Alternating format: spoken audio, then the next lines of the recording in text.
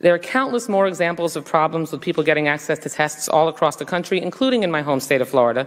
We need to have someone in charge of making sure that as many people as possible across this country have access to getting tested as soon as possible. Who is that person?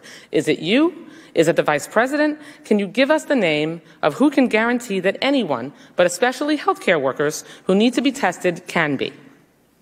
As I tried to explain to Congressman Green, from the CDC perspective. Okay, I'm asking for a name. Who is in charge of making sure that people who need to get tested, who are indicated to be tested, can get a test?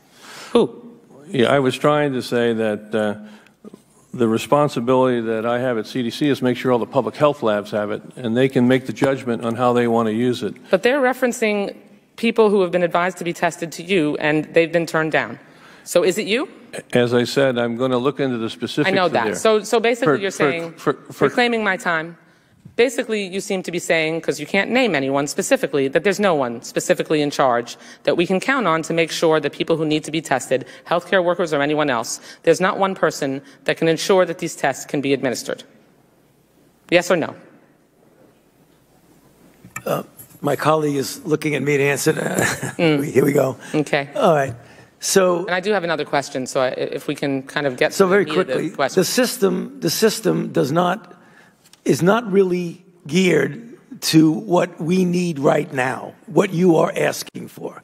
That is a failing. And failing, yes. It is a failing. I mean, let's admit it. The fact is, the way the system was set up is that the public health component that Dr. Redfield was talking about was a system where you put it out there in the public and a physician asks for it and you get it. The idea of anybody getting it easily, the way people in other countries are doing it, we're not set up for that. Do I think we should be? Yes, but we're not. Okay, that's really disturbing, and I appreciate the information.